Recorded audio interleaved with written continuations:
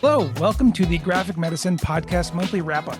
We are a podcast dedicated to discussing comics and how they interact with issues of health, illness, disability, and caregiving.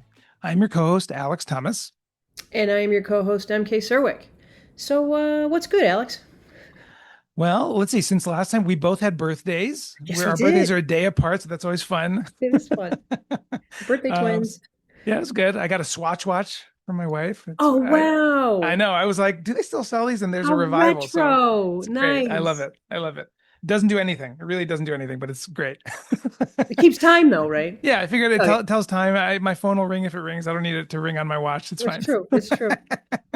Yeah, so it's been good. My band is playing tonight, so I'm excited for that. The only problem is that my son and I were wrestling last night, and in the process of wrestling, I hyperextended my thumb, Oh, no. and I'm a little worried about playing drums all night. So we'll see. I've been icing it all day. Oh, Um, no. Yeah. but I it's just, a yeah. because it feels okay now, but it's a very repetitive thing I'll be doing.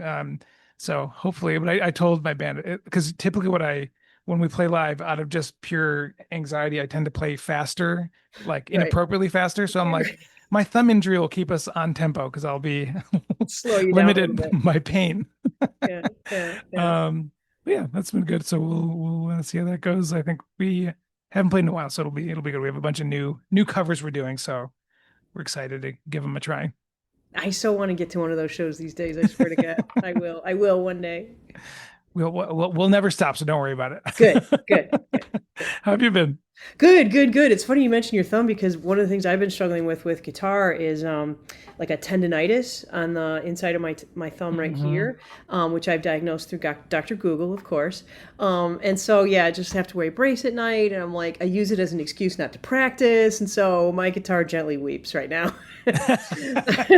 'Cause I'm teaching and I'm working really just a lot of hours, and then I'm like, oh, it hurts, I can't practice. So I've got to get I'm not taking a class because I'm teaching right now, so Yeah, I'm on a break, but that's no excuse to lose all my skills and show up at guitar two and like still be like, where's a chord? right. So I got to work on that. But other than that, things are good. Yeah, so I'm teaching, and the class I'm teaching right now is medical illustration students, or biomedical visualization, as they call it at UIC. And the thing I'm really excited about is that I was in a meeting with Shelley Wall right before we started the class. I don't think I've talked about this in the podcast before. And Shelley's like, well, we're both teaching like roughly the same number of students at the same time in graphic medicine.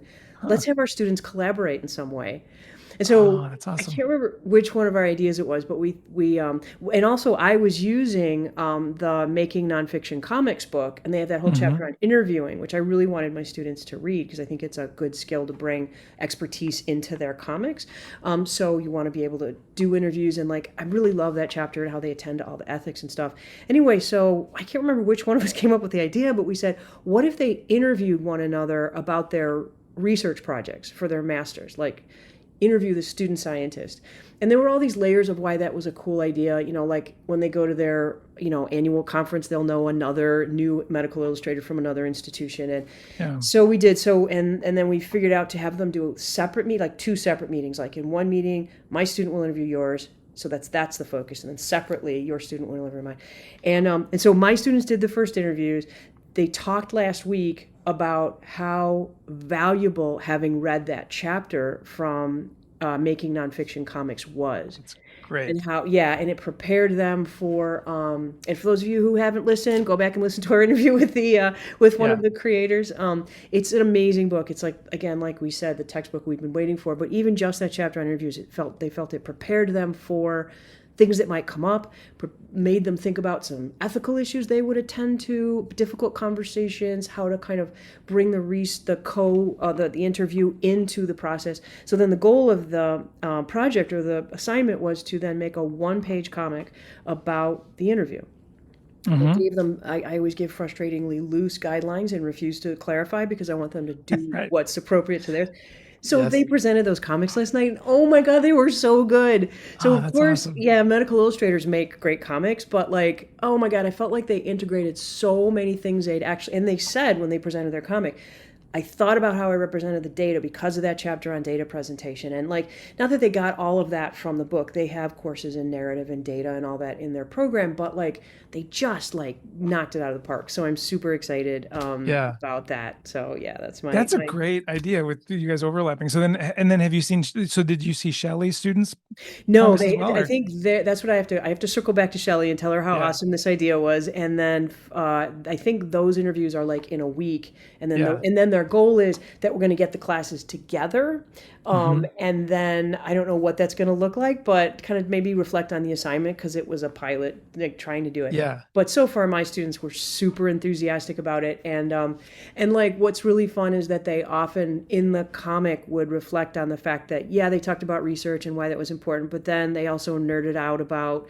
for example, a Korean reality show that they both turns out they both love, right? And then they incorporate iconography from that show into the comic, right? Yes. Like so cool. Anyway, I it mean, was that's a great idea because it's great practice, but it's also like relatively low stakes because you know the person you're interviewing is like friendly and is going to be right, very right, collaborative. So, you know, because I mean, that's part of the challenge when you're trying to translate, you know, scientific information or something, you know, so I think it's a really good skill that's hard to practice, you know, so right. that's awesome. Right. And one of the students, so, and then a couple of the students brought in, so we do this little Linda Berry thing at the beginning of class of like, we start with like, create your avatar. And then every week, as their sort of like warm up exercise, they have to do something different with that avatar, right? So this time is your avatar as a monster, your avatar as a toddler, you know, like just these little silly things.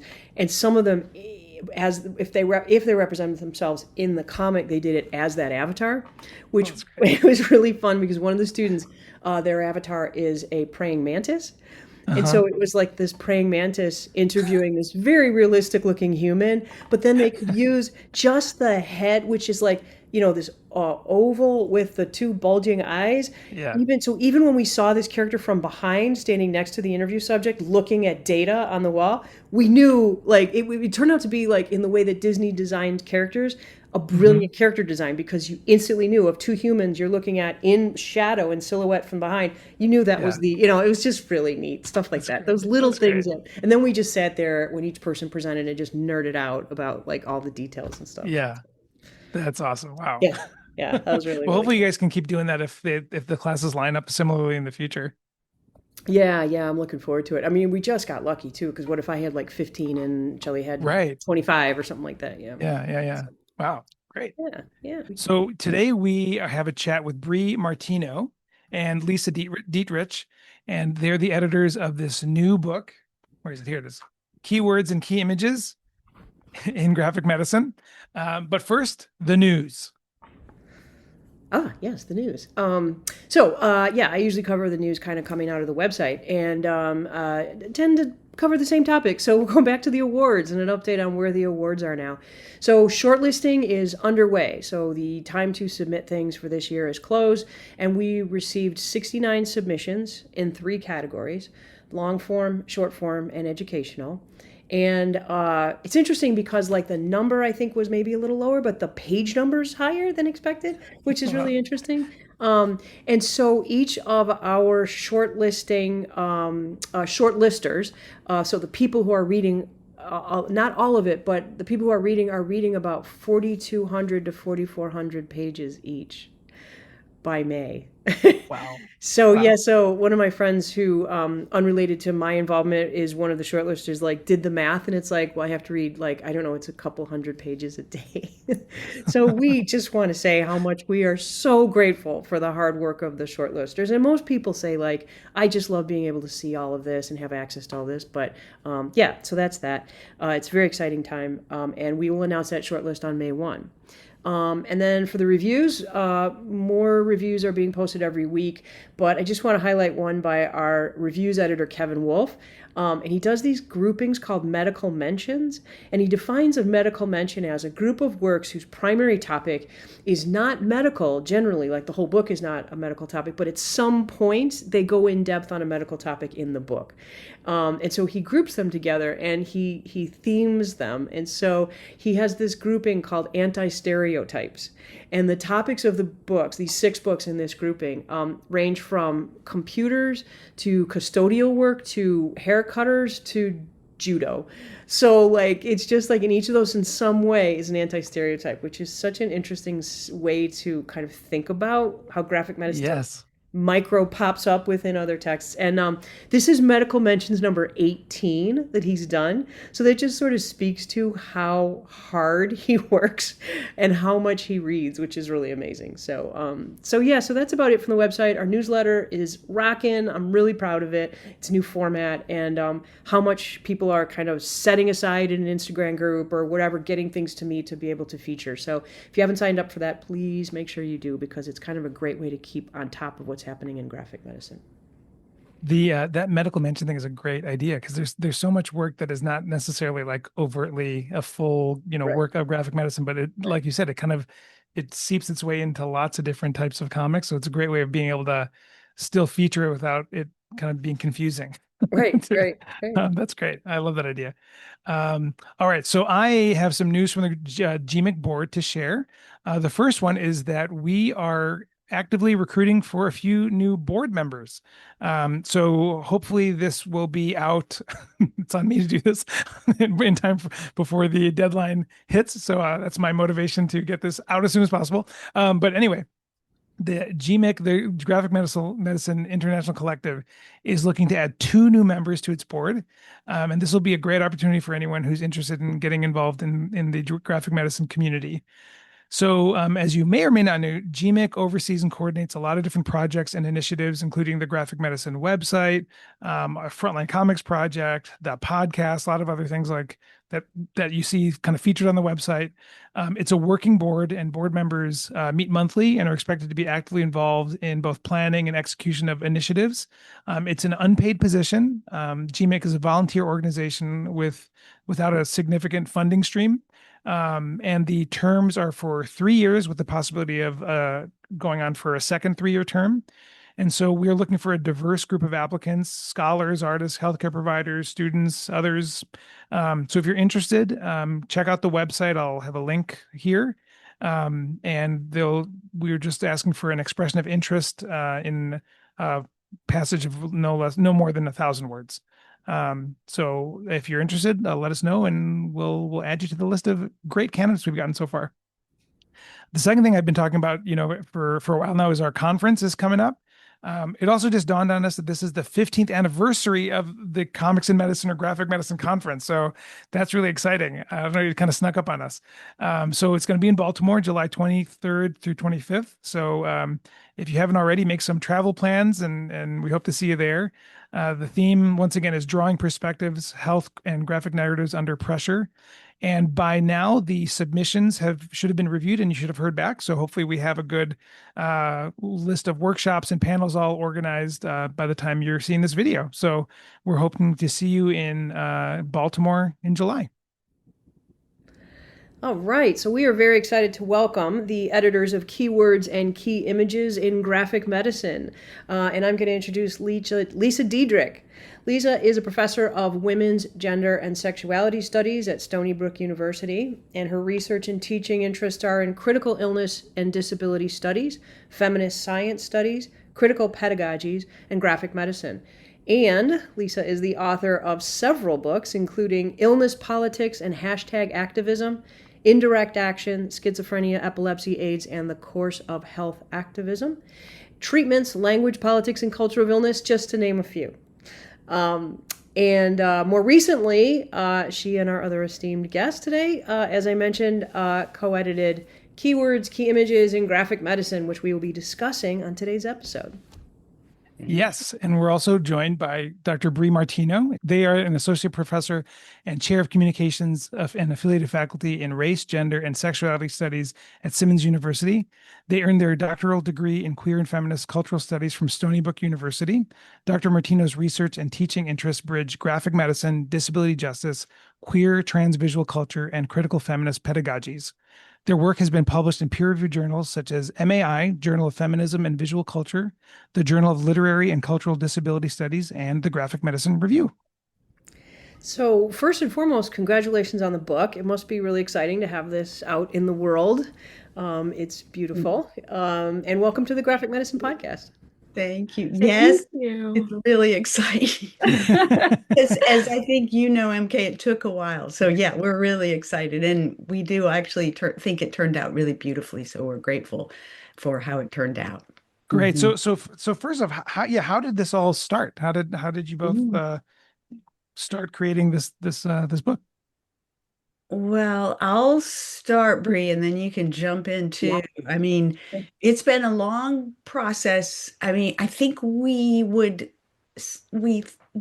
think that 2019 was when we really began to sort of work on it, first began to work on it, and then it sort of got interrupted by and sort of had the idea for it, and then some of that process, that early process was interrupted by the pandemic.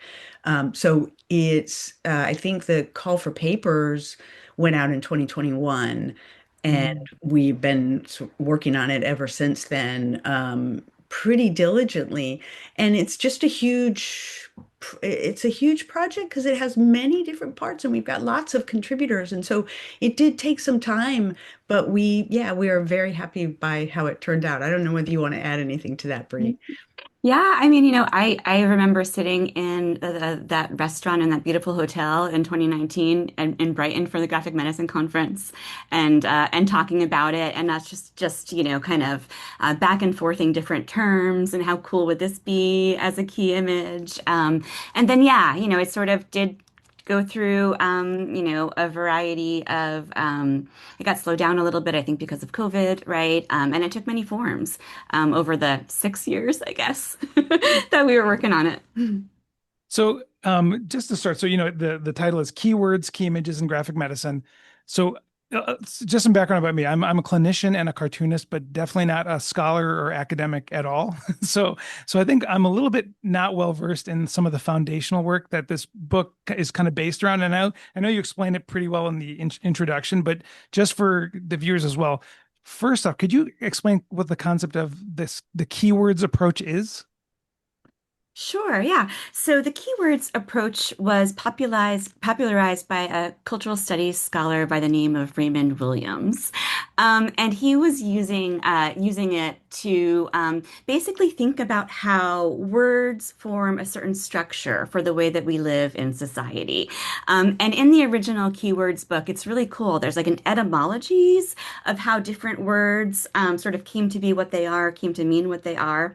And it's a model that has been, or a method, I should say, that's been used since in a lot of different areas. So I believe it was the very first TSQ, Transgender Studies Quarterly, was a keywords volume.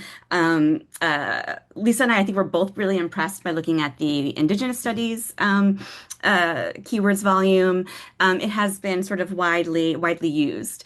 One of the things that we, were thinking about and what we wanted to add with this book is that we felt that keywords alone didn't quite capture the work that comics does in working with words and images together, right? That words and images can do something together that is both greater than and different from the sum of their parts, right? So we introduced, I guess, two neologisms, both key images as well as keywords slash key images, to think about how this process might be helpful for understanding comics and specifically graphic medicine. And to clarify that, so the way that I sort of have been thinking about it is that, and maybe I'm completely misunderstanding that, is this is in this arena, these are words and images that just kind of recur and can be thought about together as a way to understand that larger area. Is that fair?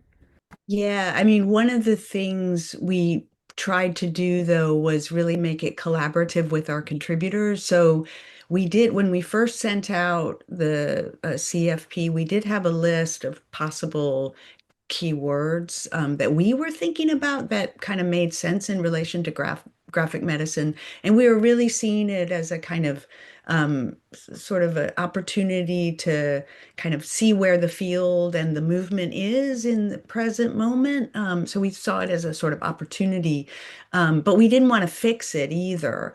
And so we did have some ideas, and some people did contribute some of the words that we had initially thought of. Things like cancer was a word, and so some of the words were things like diagnosis, and but other things that people ended up kind of contributing were words that are sort of like more comics oriented terms, and allowed them to sort of explain how they make and do comics. And so that sort of proved to be really cool. And those are more general, like Brian Fee's contributed several keywords slash key images, metaphor, space, time, and subtext.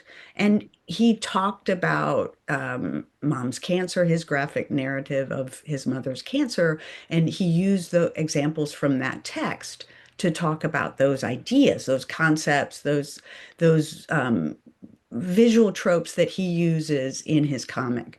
And that seemed amazing to us, but that came about through talking to him about, I mean, so initially we thought, oh, well, Brian Fee's mom's cancer, he would do the key word slash key image for cancer. But in fact, in this kind of back and forth with him, we decided that actually this is what he's doing. These terms worked better. And so we saw there that it was really exciting to kind of work with people to kind of figure out what their key word slash key image was. And so some of them are actually quite subjective in terms of an image that someone themselves sort of came upon. I mean, Ian's image, Ian Williams's image, which is the cover image of OCD, is kind of an example of that, an image that encapsulates the idea of OCD for Ian Williams, but that most of us can sort of see and understand and appreciate how that encapsulates OCD. So it's almost like a key word, for example, is like a recurring concept maybe that is interesting to analyze across different ways it's kind of expressed in literature or studies. And I think and a key image is basically like applying that to comics where maybe it's not in letters, but it's actually in a drawn image, right? Is that the idea? That's it. Yeah, yeah. Okay, okay. But you I'm getting did, it. I'm getting that is good. Yeah, yeah. And that's why it's sometimes slightly personal, subjective, Yes. because it's a particular, I mean, OCD became a kind of important word in the book, an image in the book, because a lot of people had different ideas that were sort of OCD, obsessive compulsive related. And that kind of made a lot of sense to us ultimately as encapsulating something about graphic medicine. So then how do you yeah, differentiate like a key image from a keyword slash key image or that kind of yeah, that neologism that you described? I'll let you take that, Bree. Yeah, sure. So that has to do, I think, really with the sort of like Gestalt concept that's behind both of them, right? That the key word slash key image expresses what the word and image are doing together, right? Hmm. So that they're doing something that isn't just additive, but that's actually changing via not quite juxtaposition, but via their relation, right? What that meaning may be. Whereas key image versus keyword is kind of more strictly living in those visual versus textual registers. That makes sense. You know, I was going to pull up an example if I can find it. I'll cut to it. But there's one at the end of where it's I think it's like a specimen cup. Oh, this one, yeah. So this to me is a good example, right? Like where it's you see that? I'll cut to it. I love this. But it's basically like, yeah, it's like the it's an image I think with a sperm sample from a sperm donation. Then it just says dad under it, where I get your meaning, where it's like neither of those function independently of each other, but together they are a concept. Okay, Absolutely. Yes, Yeah. I get it. exactly. I get it now. Bree, do you want to talk about that Ellen's image? Because Oh you, my gosh, I'm yeah, just so happy that we have this chapter in the book. The author Ellen Grabiner is a mentor of mine. She's someone I've known for oh my gosh, almost 30 years at this point. She's writing about lesbian motherhood in the 80s. Her son actually shares my birthday. So we have that. Yeah. And I'm just so happy. I've known about this story forever, and I've sort of like, I met Alex when he was 16. I've sort of like gone through the various how it's evolved, the story in real time, and to see it come kind of like all together is brilliant. This is I love that Ellen shared this chapter with us. Nice, nice, nice. That's wonderful. So the book is organized, maybe for any of our viewers or listeners who hasn't quite kind of gotten their hands on it yet. It's organized into 5 distinct sections, which I'm really intrigued by these sections. Is practice, pedagogy, process, and personal. I'm missing one. Practice, pedagogy, process, personal, autobiographical. Am I missing? And Political. Political. Thank you. One to leave out. Yeah. So, and I like the way you sort of describe each of those, right? Like practice is ways of reading, pedagogy, ways of teaching and learning. So, what I'm thinking a lot about, because I'm always talking about like the 4 kinds of comics there are, right? Like education, research, reflection, and advocacy. And right now I'm really realizing like they aren't distinct categories, right? No. There's so much, those Venn diagrams weave and move. And so how did you come to that structure, and I'm most interested in how did you kind of deal with that overlap or tease them apart? Yeah. I'll start, Bree, but you can jump in. Yeah, I sure. mean, well, first of all, we did initially organize it alphabetically in keeping with Raymond Williams's keywords approach. So we initially had them alphabetically. He kind of does that to suggest a kind of almost a non hierarchical approach to this method. And we were inspired by that. But in talking to the editors of the graphic medicine series at Penn State University Press, they felt that it might work better to organize it thematically, and they sort of pushed us to think about that. And when we did kind of think about how this would be used, how the book would be picked up and used, in the classroom and in other spaces, we did feel like, yeah, it might be helpful to break it down a little bit into these sections. And so yeah, practice ways of reading, pedagogy ways of teaching and learning, process ways of making, personal autobiographical ways of documenting, and politics, ending with politics intentionally, ways of doing. Um, and then we had to kind of divide, put the different um, contributions in those categories. And some of them don't, they do fit those categories, but they could fit in every category. As you're saying, MK, they really cross the categories. So those are sort of artificial boundaries, but that we thought would be helpful in terms of people using the book and teaching the book and reading the book. But we also, and again, we drew on Raymond Williams, we kind of created ways of kind of linking. So he in his book, he says, see, at the end of each entry, see, and links to these other entries. So we incorporated that kind of thing so that we could link across the different sections and themes, to sort of show that this is this is a structure that we've created, and it kind of is helpful, but it also maybe misses out on some of the things that are happening across these categories. Mhm. Yeah. Yeah, I mean, I agree with MK in that I also, a lot of what I do is health education materials for different types of audiences. So I tend to think of it in a more kind of rigid way, which is like, who's your audience? Is it another physician? Is it a medical student? Is it a patient? Is it public health? But then when you think about kind of the categories, especially because it's being written by people who are in those respective worlds, and it's very clear that they overlap, and there isn't those clear divisions.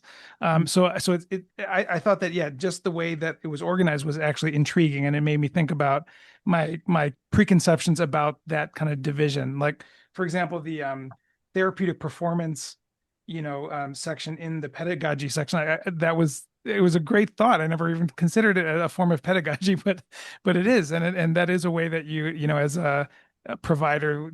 I mean, that chapter is great, but it just made me, especially in context of the section, what is it was in, it was really interesting because, you know, for example, like if I'm drawing a diagram for a patient to teach them something, I'm clearly performing also.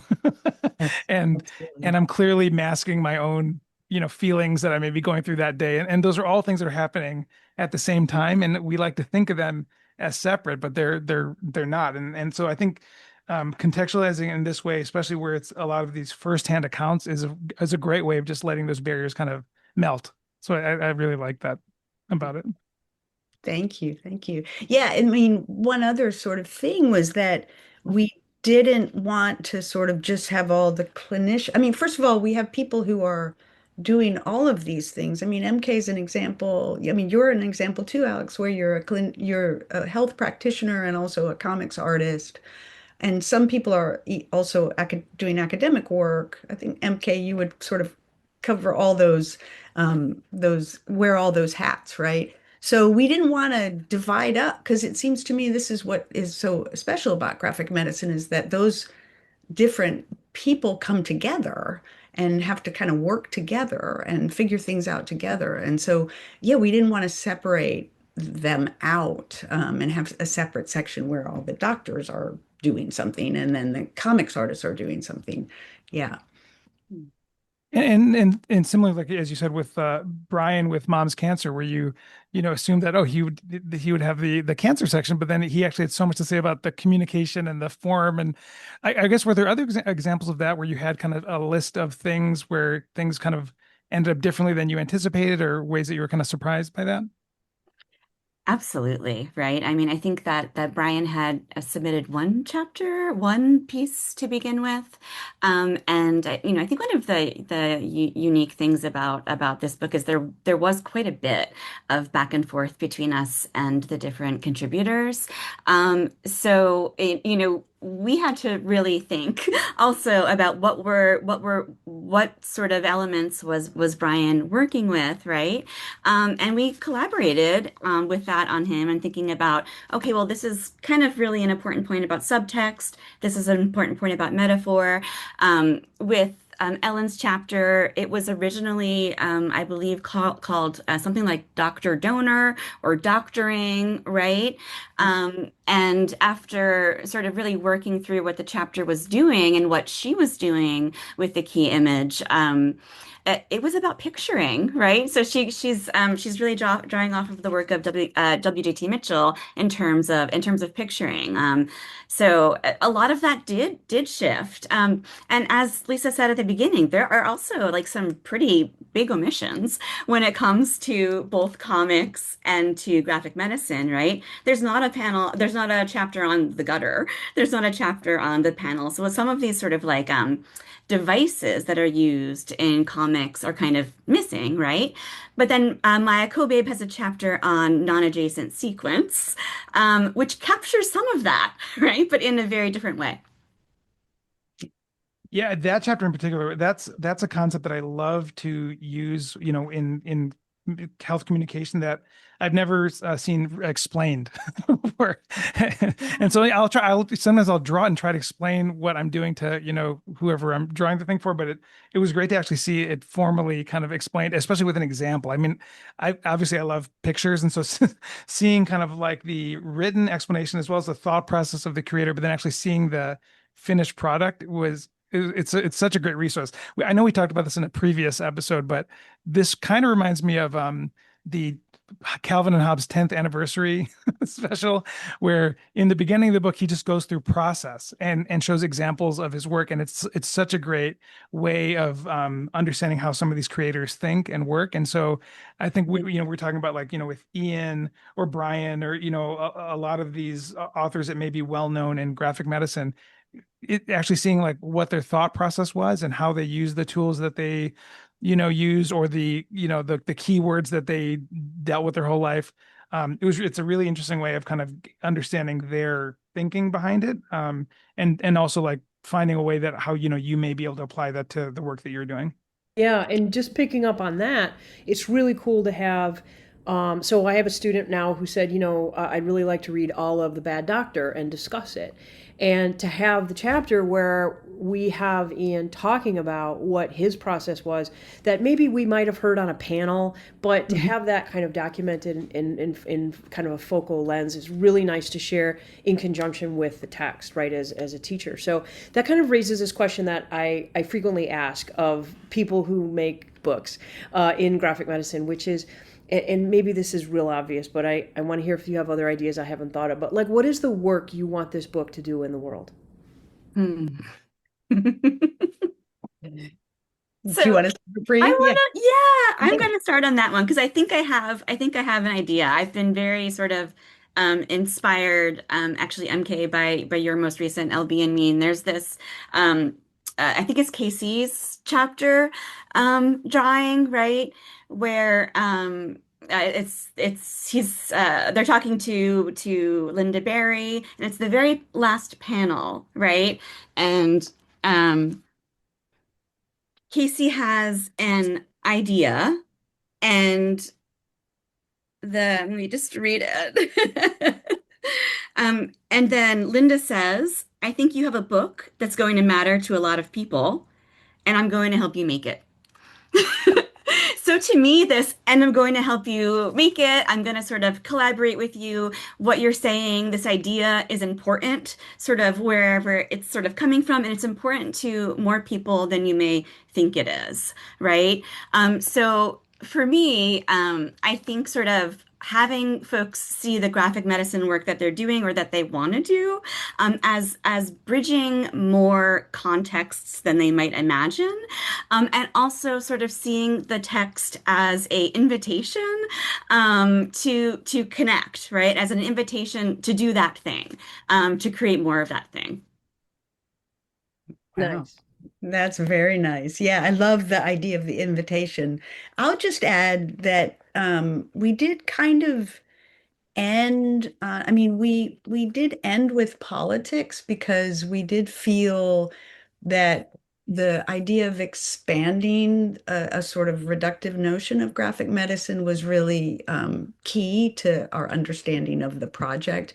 And so, although, and again, that's sort of those particular chapters. I mean, there's other chapters that are doing political work, but we really wanted people to understand graphic medicine as out in the world, doing work out in the world, and thinking about the impact of that. So I think both of us were kind of motivated by that desire to expand the frame of graphic medicine a little bit.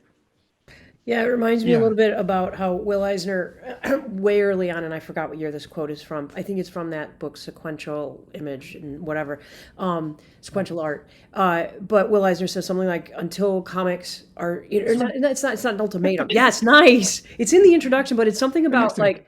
like basically like comics need to do work of more import if they really want to get out into the world." And I love that what you're gesturing to there and what you just said is like graphic medicine too, like get out into the world and do this work and yeah, draw attention to the work that it already is doing. Yeah, nice. Yeah. And I will say, like I said, as like a non-academic, person who's not really well versed in health humanities or anything, this was very understandable and very approachable. And I really, I encourage, us coming from that world to read this book because it's incredibly engaging and really thought-provoking. And yeah, so I'm Well, really I excited just for want the to wide say audience. Yeah. thank you for that, Alex, because we are a little, we don't want it to be sort of totally pinholed as an academic book at all. And we were really, that's one of the reasons that the kind of styles of the chapters, the writing styles, for example, are varied.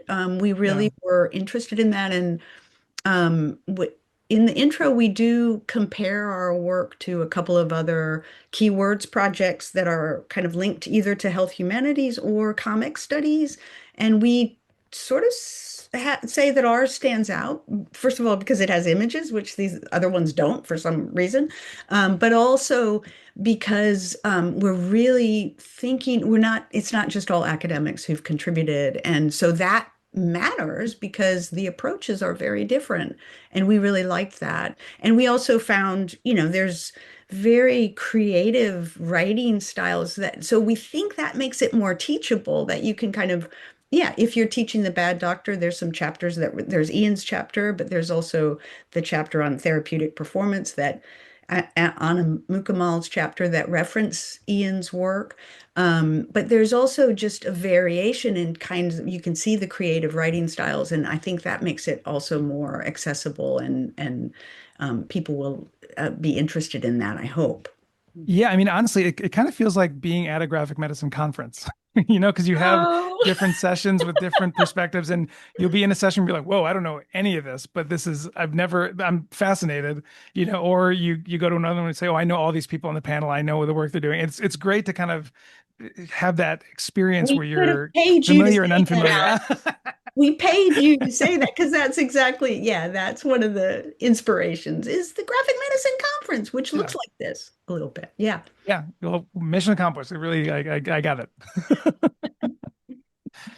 Well, thanks again for spending some time with us.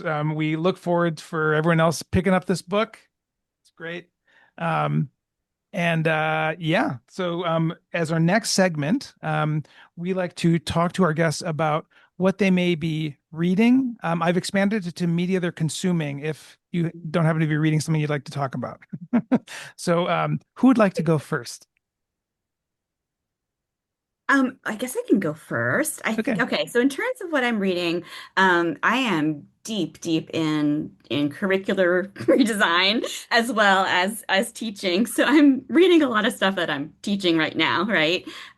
So I have been reading again, I've already read this, but The Cartoonist Club, which is so fantastic for teaching undergraduates about comics. I've also just been reading, I'm about halfway through Rachel Thomas's Shrink. Oh, right. Yeah. Yeah. Um, that, and then in terms of, and then of course, right, this book by MK. I paid you to say that. Yeah, absolutely. Everything goes back to Linda Berry, right? So in terms of those, that's what I've been reading, I guess, academically. In terms of what I've been consuming otherwise, this is sort of embarrassing. I've been watching Yellow Jackets, and I probably should not be watching that at all because I need to stop watching it. It's way too dark for me. I stopped watching horror a long time ago, but that has been what has been in my world recently. Oh, wow. Well, that's good. Well, I also am reading, well, first of all, I'm reading voraciously now. I feel like the present moment, I'm a reader, but it's the thing that is really helping me get through a lot of what we're dealing with. Partly, I mean, MK, you'll appreciate this. I mean, I work on a lot of stuff about AIDS, HIV AIDS, and so it's actually helped me to go back and, well, I'm always reading stuff about the early days of the AIDS epidemic, but to go back to that is interesting in this context because it gives it some perspective, and so it's helpful for me to do that. That's not happy, but it's helpful, I think. And it also reminds me of, that what's happening now, though seemingly unprecedented and awful, well, there was awful before too, and people responded in very multiple ways to try to make things better, and that's helpful for me. Um, as far as teaching, I've got my books here too that I'm teaching and that I also love. So in my graduate seminar, we're reading next week. And I just finished it today, rereading it. I've read it several times. Christina Sharp's Ordinary Notes, which is about um, uh, racism and anti-blackness. And it's a very kind of formally very interesting book. It's got, short selection of notes. Some are longer. There's lots of images. So it's a spectacularly beautiful book and organized in really interesting ways. And she also, so along with a critique of anti-blackness in US and other culture, she's also kind of trying to convey enact beauty, what she calls beauty as method. And so it's just a powerful book. So I love that. And I'm going to be teaching that next week. And then the other book I'm teaching next week, you all will know, is The Best We Could Do by T. Bui, about her and her family's migration from Vietnam to the US. Also timely, so timely, because it's about refugees and immigrants and racism and the difficulties of that experience. It's about transgenerational trauma as well. So it's a really powerful book, and I love teaching it. So yeah, that's it for now. Ah, wonderful. Yeah. And if you gave us more time, we probably could think of 20 other things where, because there's something about the moment in culture that we're just consuming so much, right? It's like what you're reading, what you're watching, what you're playing, what you're, yeah, it's amazing. I'll go next. So yeah, of course I can't properly choose, but kind of picking up on a theme I mentioned in the interview was, so I've been opening my mind to the idea of like, there are not four categories or five of what graphic medicine is doing in the world, right? And the funny thing is, like, if I get a category of something from someone else, like Arthur Frank's, these are the four kinds of narratives of, and I'm like, no, this is not any of those. Like, I resist those, and yet, of course, the last 2 years I've been teaching this, right? So I'm working on this, like, this sort of kind of almost trying to create a visual for the ways in which these interact and what kind of titles fall into the ways that, like, it's doing several of the things of, like, education, research, reflection, memoir, advocacy. And one of the ones I think that really does a lot of all of the above, I'm revisiting Kid Gloves. Oh, yeah. Lucy Nisley's, because I just love this. First of all, this visual style is just so clear and beautiful, right? I mean, it's just so pleasant to engage with. But also, like, so it's like, here's the lived experience, which is sort of the memoir and reflection. Screech, here's more research on pregnancy. Okay, back to what was happened. Screech, here's research on, medical, like problem with women, right? Screech, here's the history of gynecology, right? And it just kind of goes through those things. And it may seem like this artificial, like, thing to separate them and sort of integrate, but I kind of love that it separates them, because it like, okay, here's where we're going to get like nerdy about like why that is the way it is. How did it get to be that that's the situation that she's in the hospital, or that's the situation with the baby or whatever. I love that. And it's also like, kind of focuses on different aspects of like things in the medical humanities and not just the medical, right? Like the history of this or like whatever. And so, or the social impact and why it like actually impacts what happens in a hospital room. I just love that. So I've been revisiting that and thinking about how I can integrate that into my teaching. And yeah, I have a million reactions to things that both of you've said, but I'm going to hold off on that. So, Lisa talked about like the ways in which we're consuming to cope, I think. And for me, I have never been someone who reads mysteries, but I mentioned this in a previous issue. Last year, I read all of Louise Penny's Three Pines mysteries. 20 of them. And so now I've moved, and I love doing the thing, like, and I used to do this in college as an English major, where I'd like, okay, I like Oscar Wilde. I'm going to read everything Oscar Wilde wrote, right? Yeah. When you do George Shaw, like you do this deep dive on what, so I'm currently doing deep dive on mystery people. And right now it's this mystery writer named Janice Hallett. I don't know if anyone's read anything. So they are epistolary mysteries, but like 20th century, like kinds of things that would be epistolary, like text messages, emails, and they're all at the service of solving a murder mystery, right? But they're really unique in that, first of all, for most of it, you're like, okay, one of these people's going to die, but we don't know who it is yet, right? You don't know who that. But then also, like, there's these, how your mysteries, you're like, even if you figure out who did it, you're still enjoying the way it's written. There's constant surprises. So, like, I am like all in on these mysteries right now, and I think I just started the 5th one, and if you're interested in this writer and that sounds appealing to you, The Appeal, a book called The Appeal, is a great one to start with. Anyway, okay. So that's it. That's enough for me for now. I'm noting that down. Yeah, me too. And we'll have on the show notes, all of these books will be listed. Yeah. Okay, great. The one I want to talk about was The Crow. So I don't know how familiar you are with this, but I was, made aware of it when it came out as a movie when I was like in, junior high. And, The Crow, the movie is about, this like supernatural superhero character that was he and his fiance were murdered by an evil gang of thugs, and he comes back to life and gets revenge on the people that murdered him and his wife, basically. Um, the movie itself, though, was also like it was very different than other kinds of superhero movies at the time. It was like really dark, but also very like moving and kind of like it was like very goth, and it Who just was in it? Who it was was so Brandon Lee, Bruce Lee's son, was right? the Okay. Crow, and the big part of that movie, the story of that movie, is he actually was murdered Hmm. accidentally in the filming of the movie. It was Okay. crazy. So I mean, the actual the story is about this superhero that that dies and comes back to life, and then the actor was actually killed by like a blank that had like a bullet casing that somehow still shot him or something, and so he died before the movie was finished completing. So then they used at the time, like, cutting edge in the mid 90s computer graphics just to like fill in the final few scenes so that they could complete the movie. And Yeah. because of that, this movie is like a cult classic and kind of legendary just for that.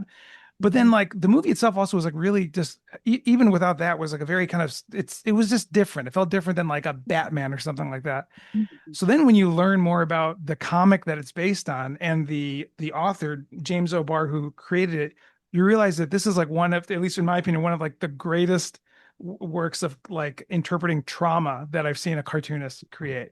So Wow. so when you learn more about this author's story, it all makes sense in terms of how this comic was an expression of his traumatic experience in his life. So he lived a very hard life, grew up in orphanages, foster homes. In high school, he fell in love with a girl. They got engaged, very young. He didn't pay his car insurance and couldn't drive his car because he knew that the cops in town were, aware of this. So he one night he called his fiance at the time, can you pick me up? I don't want to drive my car. So then she walks out to her car, and on her way to the car, she is killed by a drunk driver, like as a pedestrian. And so then his life, goes off the rails, and he enters this like, decades long, self-destructive depression. He always drew as a child, like, living very, lonely life. And then he went into the army. And then while he was in the military, he just started drawing this comic just for himself, just as kind of an expression of going through the grief, because there's a lot of rage, there's a lot of just anger, and there's a lot of guilt. So there's so much guilt involved in his feelings and how he's expressing it. And he never even intended to print this as a comic. He was just doing it on his own. He was kind of a self-taught, artist, and he was discharged from the military. He was working, in a auto body shop. And then eventually he was like shopping in a comic store, and the owner of the comic store decided to start his own like printing house. And so then he showed him this comic, and they printed a couple, copies. It became wildly successful and popular in like the indie scene. Then he eventually teamed up with one of the creators of the Ninja Turtles at the time, who encouraged him to keep going with this. It eventually became, I think, the best-selling independent graphic novel of all time. So like a million copies sold. But it was something that he worked on for decades. And that's what's the crazy part. And so like this was the special edition. And in the special edition, he added scenes that he actually took out from before because he thought they were too personal. Because the way the story is written, it's like you don't actually know about the tragedy of this couple. It starts as this like supernatural character fighting people, and you don't really know what's going on. But then it keeps going back to this other, like light images of this happy couple, and then they both converge when you realize kind of what happens.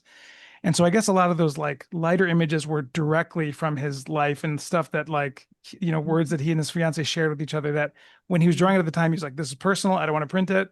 But then Mhm. like 30 years later, he's like, okay, I feel like we can print this now.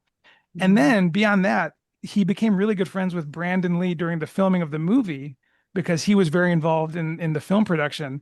So then when the actor dies making this movie, once again he enters this whole world of guilt and all the self-destructive behavior.